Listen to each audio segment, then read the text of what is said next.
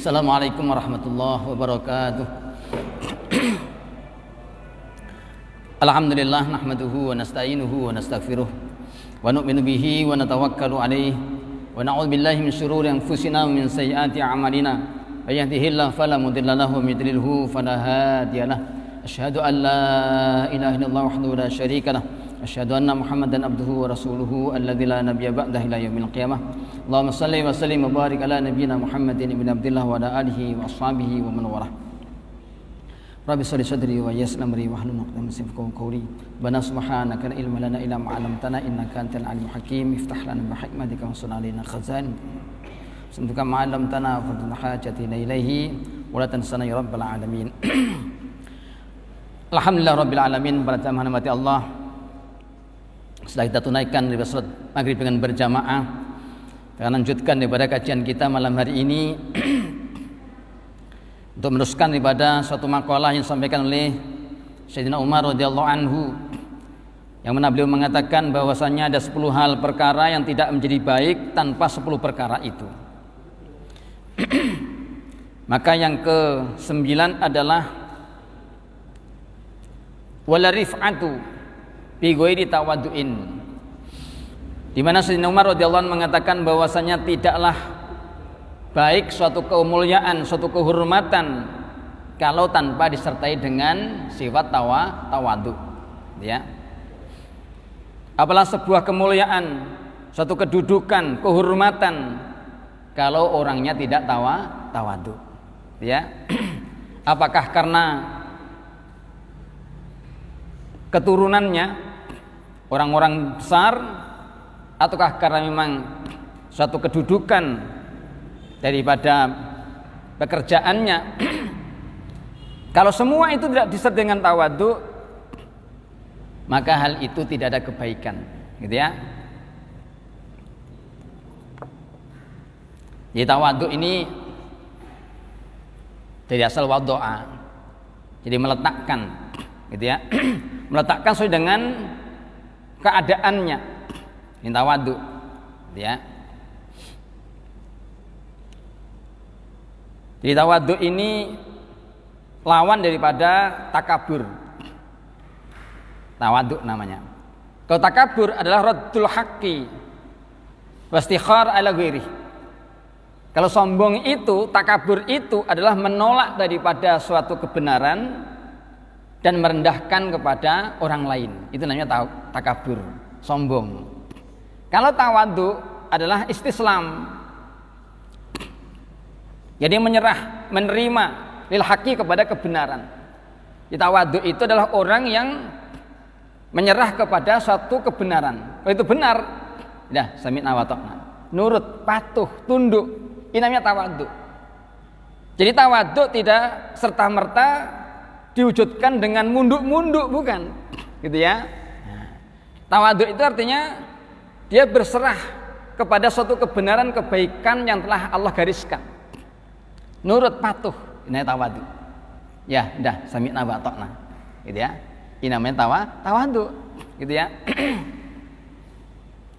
Wa tarkul ihtiraq, jadi meninggalkan daripada berpaling al-hukmi terhadap suatu hukum. Jadi ngeyel, tidak menentang, tidak melawan, ya, nurut, patuh kepada suatu ketetapan hukum Allah. Itu namanya tawadhu, gitu ya. Jadi tidak setiap orang yang munduk-munduk ini, itu tawadhu, bener dia. Tidak mesti begitu, gitu ya. Jadi setiap orang yang tunduk patuh kepada aturan Allah, itulah orang tawadhu, gitu ya. Dan orang yang menentang daripada kebenaran, itu namanya takabur. Takabur ini dekat dengan ujub, gitu ya. Ini takabur. Kalau tawadhu dekat dengan sifat daripada qanaah, gitu ya. Menerima, sederhana, bersahaja, gitu ya. Ini tawadhu namanya, ya. Masya Allah.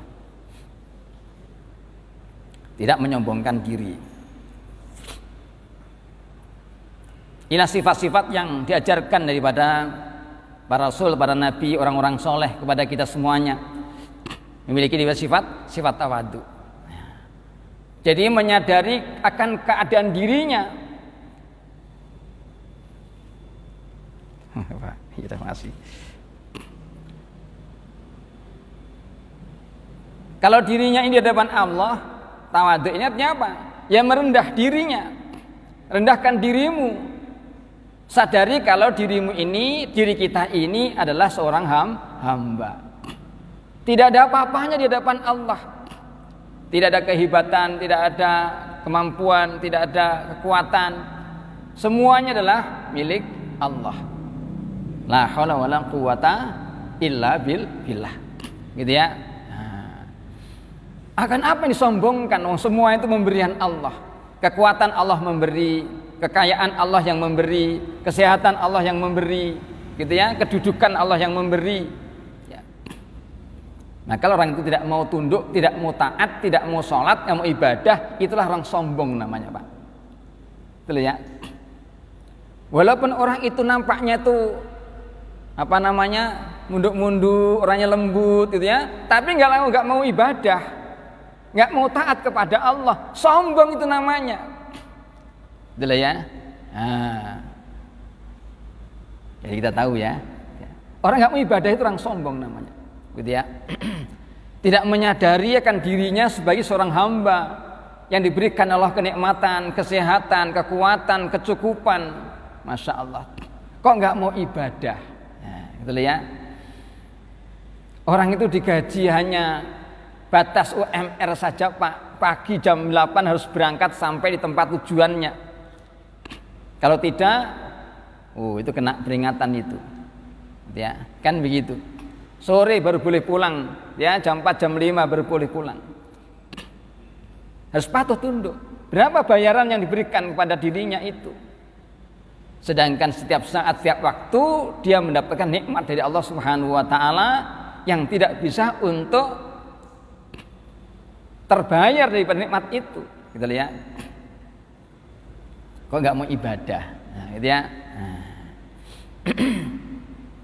Apalagi orang mengingkari, itu lebih besar lagi, gitu ya.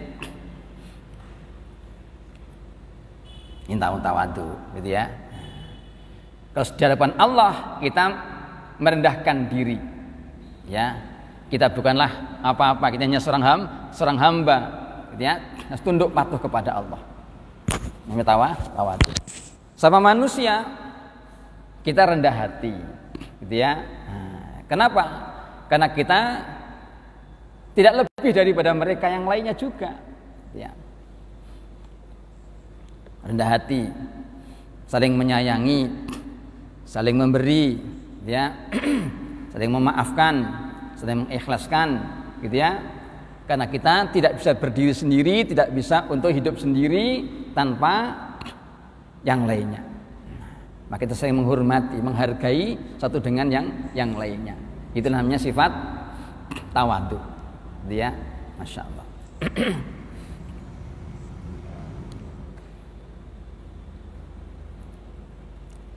Apalagi di bulan Sya'ban, ya, yang saya sampaikan, dan Sya'ban ini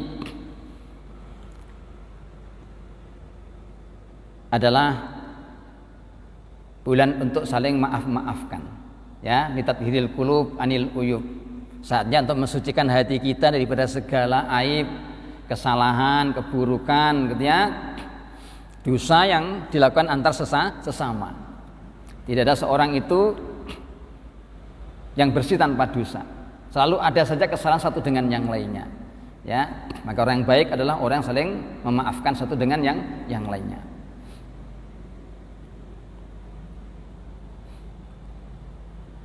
Sifat daripada orang takwa, gitu ya.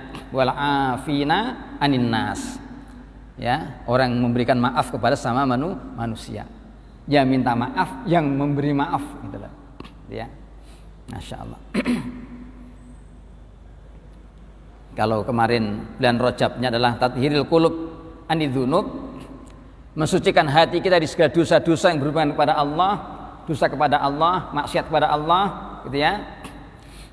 Kita banyak istighfar, mohon ampun kepada Allah. Nah, sekarang ini saatnya kita sering maafkan, saling mengikhlaskan. Gitu ya. Maka bagaimana kepada orang-orang yang sudah meninggal dan kita punya dosa kepada mereka? Maka itulah dianjurkan untuk mendoakan kepada mereka, Pak. Gitu ya. Maka orang-orang mengatakan bulan Sya'ban ini bulan ruahan gitu. Artinya apa? Jadi mengingat daripada ruh-ruh orang-orang terdahulu, kita besar, kita dewasa, kita cukup, kita mampu, kita berhasil, sukses ini bukan karena asbab usaha kita sendiri, karena asbab juga doa-doa mereka, doa orang tua kita, doa kakek moyang kita. Maka sudah selayaknya kita mendoakan mereka, gitu ya, memohonkan ampun buat mereka. Bukan kita minta maaf pada mereka, tapi mohonkan ampun buat mereka. Dengan kita mohon ampun kepada mereka itu, kepada Allah, maka mereka pun nanti juga akan memaafkan kita karena asbab kita memohon ampun kepada Allah. Caranya begitu. Kita mungkin banyak salah kepada orang tua kita nih, Pak. Belum banyak berbakti, belum banyak berbuat kebaikan, gitu ya, yang kita tidak sadari, gitu ya. Maka kita mohon ampun kepada Allah, gitu ya, agar Allah mengampuni pada kedua orang tua kita, kakek moyang kita. Jadi gitu. Nah, kakek moyang kita dulu, Pak, gitu ya, mendoakan sebelum kita keluar nih, ya Allah, ya, mohon kepada Allah, ya, kiranya anak cucunya nanti, gitu ya, diberikan keberkahan, diberikan rahmat dan seterusnya. Jadi kita sukses, kita berhasil bukan semata-mata usaha kita, bukan semata-mata ikhtiar kita, tapi adalah banyak didukung dengan doa-doa orang tua kita dan juga kakek moyang kita. Dan juga mendoakan kepada kaum kerabat kita, saudara-saudara kita, teman-teman kita, gitu ya, apa yang sudah meninggal di antara mereka, dan muslimin muslimat, ya Pak. Kita dulu lahir ini, gitu ya, kaum kerabat kita ikut bersama-sama, Pak, gitu ya. Ikut nimbrung, ikut mendoakan, ikut menggendong, ikut macam-macam juga. Maka kita doakan juga mereka, ya, kaum kerabat kita. Ini namanya ruahan namanya, gitu ya. Kalau di kampung saya namanya megengan. Megengan itu mengagungkan namanya, mengagungkan daripada bulan Ramadan. Maka biasanya suka untuk bersedekah di bulan Sya'ban ini. Nah, biasanya kalau di bulan Sya'ban ini ada satu kue yang dibuat namanya apem dulu itu. Apem itu artinya afun, ya, apem itu afun, ya Pak. Artinya apa? Satu simbol untuk maafkan, saling memaafkan, gitu loh ya. Nah, ada juga namanya iwel-iwel. Apa itu iwel-iwel itu? Iwel-iwel itu biasanya apa? Saiketan yang dalamnya ada gulanya itu ya, yang dibungkus dengan daun pisang. Tempat saya namanya iwel-iwel. Di sini apa namanya itu? Iwel-iwel namanya. Maksudnya apa itu? Iwel-iwel itu kalau bahasa dulu namanya wali-wali daya gitu. Ya, wali-wali daya itu artinya apa? Jangan lupa dengan orang tuamu untuk doakan, gitu loh ya. Itu namanya iwel-iwel. Masya Allah. Ya, sering memaafkan, saling mengikhlaskan, gitu ya, saling meridhokan satu dengan yang lainnya. Akhirnya apa? Di bulan Ramadan itu betul-betul syahrul litanwiril qulub. Sehingga apa? Betul-betul bulan untuk menerangi daripada hati yang sudah bersih. Jadi sebagaimana kalau bulan Rajab itu bagaikan seperti mobil yang masukkan daripada ke bengkel, ya, dibetulkan daripada mesinnya ini, dibaguskan daripada mesinnya ini, ya, bulan Sya'ban adalah saatnya mencuci bodinya, dikilatkan bodinya. Ramadan siap tancap, Pak, gitu loh ya. Nah, kali ulama mengatakan bulan Rajab itu seperti orang menanam. Jadi saatnya orang bertanam, gitu ya. Saatnya ini membajak, menggaru dan seterusnya. Ya, dibajak, digaru. Nah, kemudian ditanami, ya. Nah, bulan Sya'ban saatnya pemupukan, membersihkan rumput-rumputnya, dipupuk dan seterusnya. Nah, bulan Ramadan saatnya panen raya, gitu loh Pak. Jadi ada pemanasannya juga, gitu ya. Maka Nabi bulan Sya'ban itu banyak puasa, ya, untuk menghangatkan badan. Intinya orang olahraga kan begitu, jangan langsung main sampai aja gitu ya Pak, olahraga dulu gitu ya, gerakan tubuhnya dulu, nah baru olahraga. Ramadan begitu ya. Ini persiapan gitu ya. Dalam satu kitab terangkan di Sya'ban ini ada beberapa hal sejarah yang memberikan pelajaran kepada kita. Yang pertama adalah yurfa'ul amal. Yang pertama adalah diangkatnya suatu amal dalam setiap tahun, Pak. Ini bulan Sya'ban, di pertengahan bulan Sya'ban, gitu ya. Maka Nabi suka di pertengahan Sya'ban itu puasa. Jadi ketika diangkatnya suatu amal lagi dalam bulan puasa. Jadi amal itu ada yang harian, ada yang pekanan, ada yang tahunan, gitu ya, laporan itu. Adalah sehari 2 kali, subuh sama asar. Maka 2 malaikat itu bergantian subuh dan asar, kan begitu. Maka 2 waktu ini waktu istimewa, gitu ya, waktu istimewa. Maka sampai Nabi sampaikan man sholal bardaini dakhal jannah. Barang siapa yang sholat di antara 2 waktu dingin ini, maka jaminannya surga. Orang itu sudah terjaga sholatnya asar dan subuh ini. 2 waktu dingin itu maksudnya asar dan subuh, gitu ya. Kalau subuh dan asarnya sudah terjaga, insya Allah untuk maghrib bisa enteng, Pak, gitu ya. Zuhur, asar, zuhur, maghrib dan isya enteng. Makanya paling kita lihat di survei masjid ini yang banyak sepi itu biasanya asar sama subuh. Kalau di kampung-kampung, di Jakarta alhamdulillah kalau subuhnya ramai, gitu ya. Tapi asarnya biasanya sedikit juga, gitu ya. Kalau asar sudah terjaga, asar subuh terjaga, insya Allah yang lainnya akan mudah terjaga. Makanya harus bisa menjaga 2 waktu ini. Man sholal bardaini dakhal jannah. Barang siapa yang bisa menjaga 2 waktu sholat dingin ini, jaminannya surga. Karena waktu itu disaksikan 2 malaikat. Kalau sholat asar berjamaah, maka malaikat yang berjaga di waktu siang dan di waktu malam saat itu sedang berada di tempat itu. Maka catatannya 2, gitu ya. Yang naik ke atas membawa daripada sholat tadi, yang baru datang pun juga nyatet juga. Begitu subuh, gitu ya. Ketika subuh orang sholat berjamaah, maka yang baru datang dia catat daripada sholat dia, yang berjaga malam dia akan bawa daripada sholat itu. Ini yang dibawa, gitu ya, insya Allah. Nah, kalau pekanan mingguan, ya, maka hari Kamis. Jadi malaikat membawa daripada buku catatan setiap manusia ini hari Kamis, dibawa ke langit sana. Maka Nabi berpuasa Kamis. Kenapa? Ingin kiranya ketika amal dibawa ini dalam keadaan puasa. Maka Seninnya sebagai syukur akan hari kelahirannya hari Kamis, yaitu hari di mana catatan amal dibawa ke langit. Ya, maka puasa Kamis, Pak. Gitu ya. Insyaallah. Ini yang pekanan, ya, harian sama pekanan.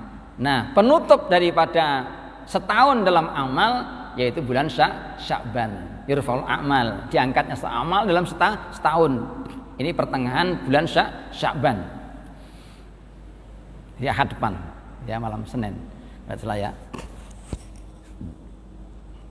Jadi Seninnya puasa. Jadi pas pertengahan bisa hari Sabtu, Ahad, Senin itu. Yaumul Bidnya setelah itu ya.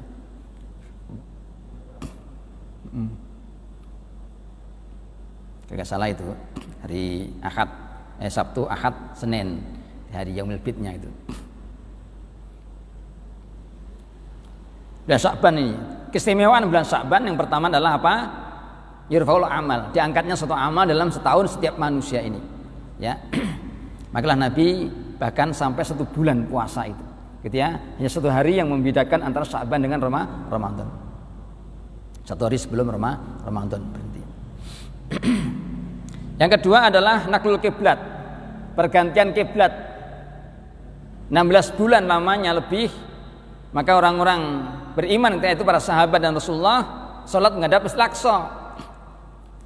Allah akan menunjukkan betapa kepatuhan, ketundukan daripada umat Islam ketika itu untuk diperintahkan oleh Allah apa saja nurut patuh, gitu ya. Walaupun menghadap daripada Masjidil Aqsa, kiblatnya daripada orang-orang Yahudi ketika itu, gitu ya. Maka setelah 16 bulan lebih barulah Allah turunkan ayat qad nara taqalluba wajhika fis sama falanwalliyannaka qiblatan tardaha wa walli wajhaka syatral masjidil haram. Jadi gitu. Nabi ini khawatir kalau sahabat-sahabatnya itu terasa berat karena perintah Allah menghadap Masjidil Aqsa. Maka Nabi setiap hari menghadap arah kiblat, menghadap daripada langit itu. Tapi enggak berani minta untuk dirubah. Ini perintah kok minta dirubah, gitu ya. Ini tawaduknya Nabi itu, sifat tawaduknya itu nggak berani minta yang lain. Udah dikasih begini kok minta yang lainnya, nah, gitu ya. Jadi ini perintahnya Allah menghadap di Masjidil Aqsa. Maka Nabi nggak berani, ya Allah, ya jangan menghadap ke sono, menghadap ke sini aja gitu, nggak berani begitu. Ini perintah Allah, maka samina wa ta'na, ini tawaduk namanya. Hanya Nabi itu merasakan bagaimana gelisah hati para sahabat itu khawatir kalau goyah. Maka Nabi tiap malam melihat daripada langit, ya, kiranya Allah segera berkenan untuk merubah daripada arah kiblat ini. Jadi gitu. Maka dulu Nabi Ayub itu Pak dikasih sakit itu nggak berani minta sembuh. Nah, kenapa? Karena tawaduk. Loh, Allah yang ngasih saya sakit kok saya minta untuk sembuh itu loh. Nah, ini tawaduknya seorang Rasul, bukan kita. Kelas kita yang lain lagi Pak. Gitu ya. Nah, yang ngasih sakit Allah, masa saya dikasih kemudian minta yang lain gitu, gitu ya, Masya Allah. Kok nggak ada orang itu kan dikasih kaya minta miskin, nggak ada begitu, gitu. Nah, gitu ya. Nah. Masya Allah, ini ketinggian derajat di kalangan para nabi, para rasul seperti itu, ya. Nah, akhirnya setelah 16 bulan Allah hanya untuk menunjukkan betapa kepatuhan orang-orang beriman karena para sahabat itu kepada orang-orang Yahudi. Ini begitu. Allah tuh pamer setelah begitu. Pamer kepada orang-orang beriman. Gitu ya, para sahabat, ini loh orang-orang beriman. Ini loh umatnya daripada kekasihku Muhammad. Mereka disuruh apa saja nurut patuh. Enggak seperti kalian tuh Yahudi. Kira-kira begitu bahasa kasarnya. Nah, kita lihat tunjukkan begitu. Masya Allah. Baru Allah turunkan perintah untuk menghadap arah kiblat Masjidil Haram, nakli kiblat. Maka di Madinah ada namanya Masjid Kiblatain.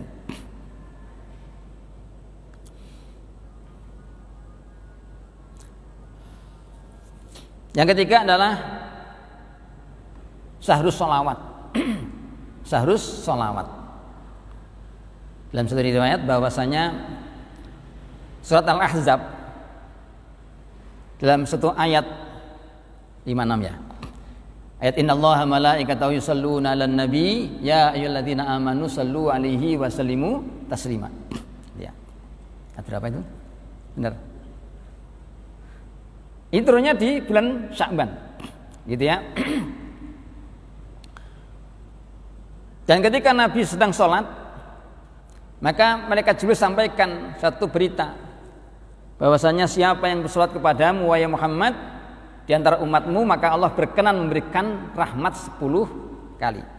Satu salawat diucapkan oleh umatmu, maka Allah akan berkenan memberikan daripada rahmatnya 10. Maka karena senangnya, gembiranya Nabi itu karena pengaruh kepada umat, bukan untuk dirinya sendiri, gitu ya. Maka sujud panjang gitu ya itu. Kalau salah Abdurrahman bin Auf radhiyallahu anhu ikut salat bersamanya, gitu ya. Sunat itu. Panjang Nabi sujud terakhirnya tuh.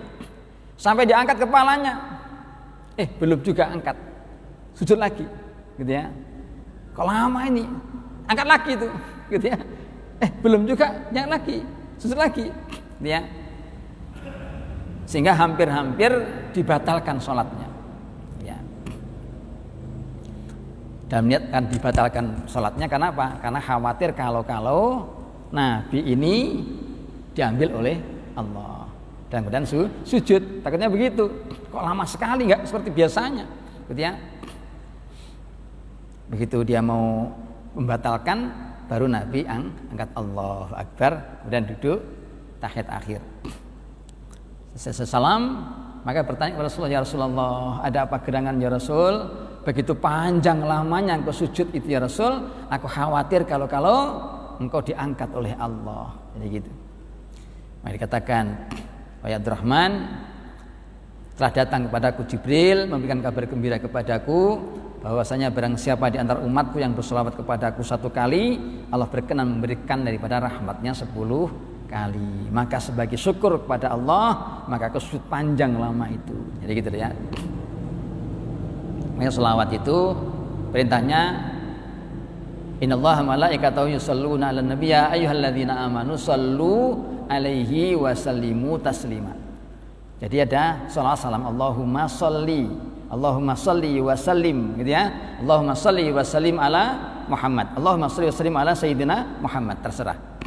Jadi ada shalli wa sallim ya. Kenapa apa? Shallu 'alaihi wa sallimu taslima. Ya. Nah. Ya walaupun namanya sallallahu ala Muhammad ya enggak apa-apa juga, tapi bagusnya gitu ya, sallu alaihi wa sallimu, Allahumma shalli wa sallim ya, Allahumma shalli wa sallim ala Muhammad, Allahumma shalli wa sallim ala sayyidina Muhammad, terserah gitu ya. Kita shalli wa sallim yang bagus begitu ya. Nah.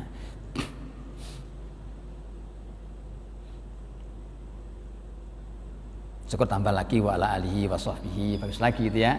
Nah, sholli wa sallim ala Muhammad wa ala alihi wa sahbihi ajma'in, maknanya gitu ya. Allahumma sholli wa sallim ala Muhammad wa ala alihi wa sahbihi ajma'in. Itu bagus lagi begitu. Syarat sholawat. Yang keempat adalah Quran, bulan Quran. Ya. Para sahabat menjadikan bulan Quran ini bulan Sya'ban. Makanya bulan Sya'ban ini mereka para sahabat-sahabat sudah banyak baca Quran. Dimulai untuk menggairahkan diri baca Quran, sehingga di bulan Ramadan ini sudah menjadi kayak sudah kebiasaan gitu, ya terlatih, jadi gitu, jadi nggak kaku Pak. Jadi mulai sekarang ini dah kita melatih baca Quran, sehingga nanti pada waktu Ramadan, kalau mamanya di bulan Sya'ban dikatakan mungkin khatam hanya 2 kali, mungkin di bulan Sya'ban gitu ya, nanti bulan Ramadan bisa 5 kali itu berapa gitu kira-kira loh. Nah, ini contoh saja ya. Segitu kira-kira ya, boleh itu. Nah kalau maunya sehari 5 juz kan berarti 6 hari sudah khatam gitu ya. Kalau 6 hari khatam berarti kalau 1 bulan berapa? 5 kali khatam kan begitu ya Pak. Gampang hitung aja ya. Bisa insya Allah. Maka dibiasakan, dilatih sekarang ini. 15 Sya'ban dah mulai, katakan romanya ini 15 1 hari 2 juz, berarti 15 hari 1 khataman. Berarti 1 bulan sudah dapat 2 juz kan, 2 juz 2 kali khatam kan begitu. Nanti kalau bulan Ramadan baru tancap lebih kencang lagi gitu loh. Ini syahrul Quran. Mulainya daripada banyak baca Quran. Nah sifat tawadhu Pak ya. Jadi meletakkan diri pada aturan Allah, perintah Allah, ini tawadhu gitu ya. Jadi tawadhu ini tidak serta-merta identik dengan munduk-munduk ya, tidak serta munduk gitu ya. Tapi setiap orang yang berjalan di atas garis kebenaran itulah orang tawadhu. Atas perintah Allah, sami'na wa ta'ana, nurut gitu ya, tidak membangkang. Ini namanya tawadhu. Yang berikutnya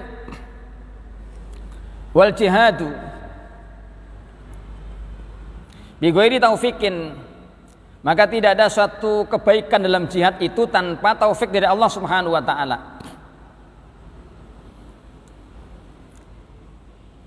Satu perjuangan mendakwakan agama dia ini tidak baik kalau tanpa taufik dari Allah, artinya aturan dari Allah gitu ya. Maka mengikuti nasihat, arahan orang ngerti yang ahli dalam hal itu gitu ya. Artinya apa? Jadi muwafiqan lima yuhibbullah, sesuai daripada apa yang disukai oleh Allah ya. Taufik itu maksudnya apa? Cocok sesuai daripada aturan Allah yang disukai oleh Allah. Gitu ya. Artinya apa? Ya kalau orang itu ngajak baik, ya dirinya baik. Kalau dia itu ngajak sholat, ya dia juga sholat. Kan begitu kan Pak? Kalau dia ngajak orang taat, ya dianya juga harus taat. Kan sesuai cocok namanya gitu. Gitu ya. Nah, jangan ngajak orang taat, dia sendiri maksiat kan begitu. Gitu ya. Ngajak dia sholat, dia juga sholat itu. Ya muwafaqon namanya, muwafiqon, sesuai cocok. Ya, Masya Allah.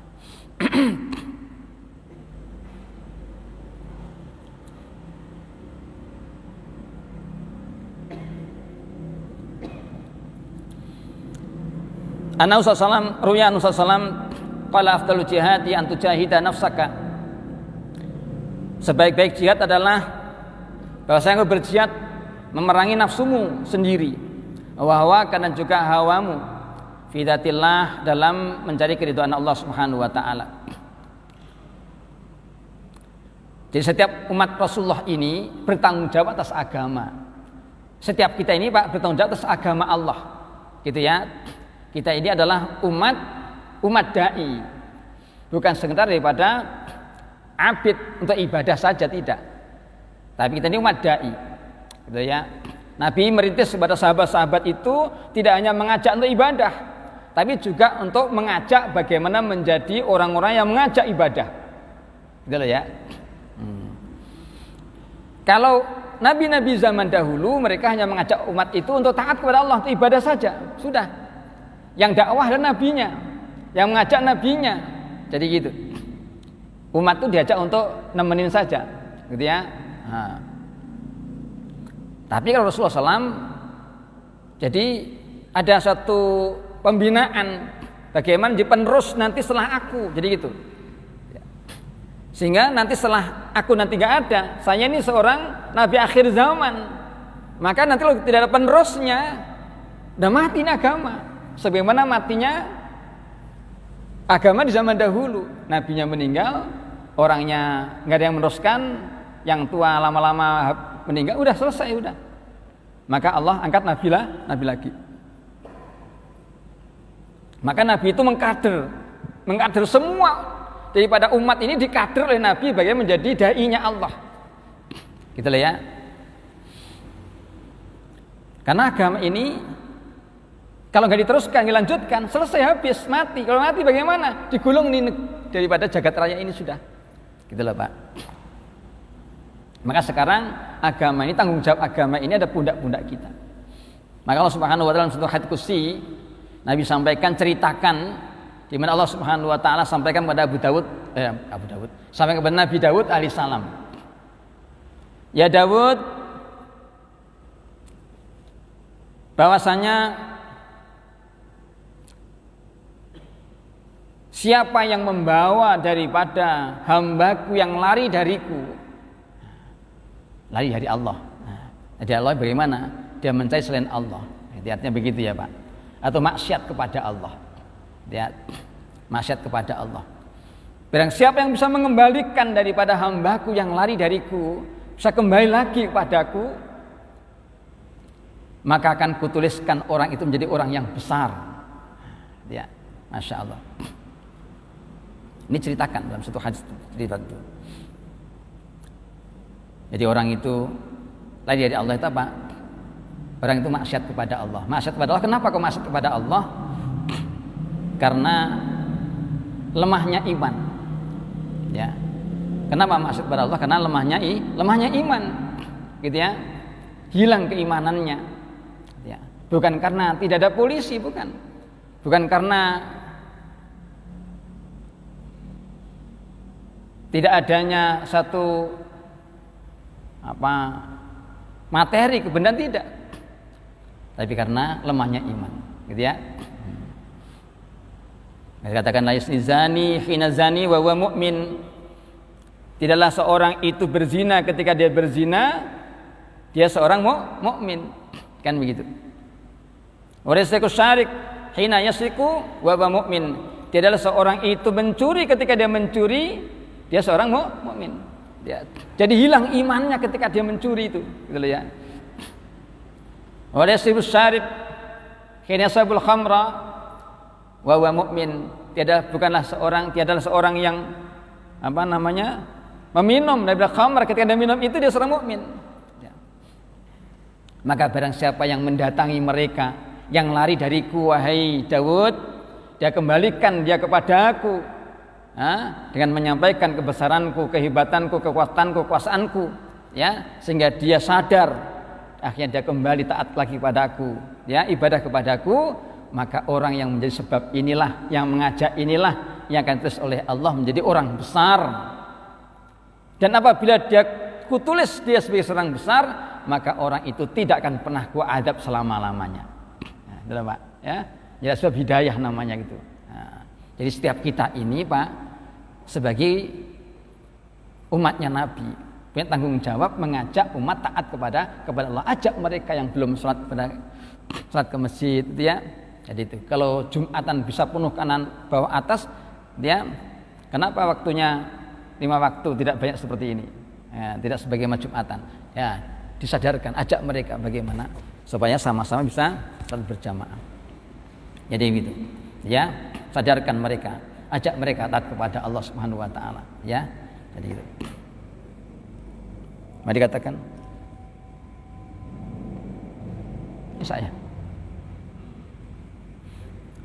kullu mayyitin yukhtamu bi kitabi ala murabit fi sabilillah. Setiap mayit itu akan tertutup buku catatannya. Sudah enggak bisa lagi bertambah amal kebaikannya. Idza mata ibnu adam in qata amaluhu, udah tutup. Gitu ya. Ila murabit fi sabilillah. Kecuali orang yang dulu berjuang di jalan Allah, mengajak orang taat kepada Allah. Gitu ya. Orang yang dulu pernah mengajak taat kepada Allah, mengajak ibadah kepada Allah, mengajak dia ini bertaubat kepada Allah, gitu ya. Apalagi ngajak dari yang kafir kepada yang beriman, luar biasa. Maka orang itu ketika dia mati, buku catatnya terus terbuka sampai hari kiamat. Coba bayangin. Kenapa? Karena dulu dia ini sholat kan ajakan dia. Orang itu mau jamaah kan ajakan dia. Orang itu dulu bisa ngaji kan ajakan dia. Masya Allah. Sehingga dia terus mengajak kepada keluarganya, saudaranya dan seterusnya. Maka buku catatannya sampai terbuka sampai hari kiamat. Terus dia dapat kebaikan-kebaikan daripada orang-orang yang dulu pernah diajaknya. Itulah Pak. Insya Allah bisa menjadi umat Nabi, ya. Alhamdulillah alamin, sampai makalah terakhir ini, sampai makalahnya Ustaz Umar, besok makalah berikutnya. Bacaan Allah Subhanahu wa taala malam hari ini untuk saya ini adalah penutupan untuk malam, ya. Insyaallah untuk malam ini kita penutupan sementara. Mudah-mudahan Allah berikan kekuatan kepada kita lahir batin untuk menyambut bulan Ramadan dengan sehat walafiat, semangat yang menggelora, dan mudah-mudahan amal kebaikan kita diterima oleh Allah Subhanahu wa taala, ya. Kesalahan dosa diampuni oleh Allah Subhanahu wa taala, dan khususnya bagi saya sendiri mohon maaf apabila ada kekurangan, ada kesalahan, ada khilafan, mohon dimaafkan, mohon diikhlaskan, ya. Jadi gitu. Jadi kita tutup untuk malam hari ini pengajian saya karena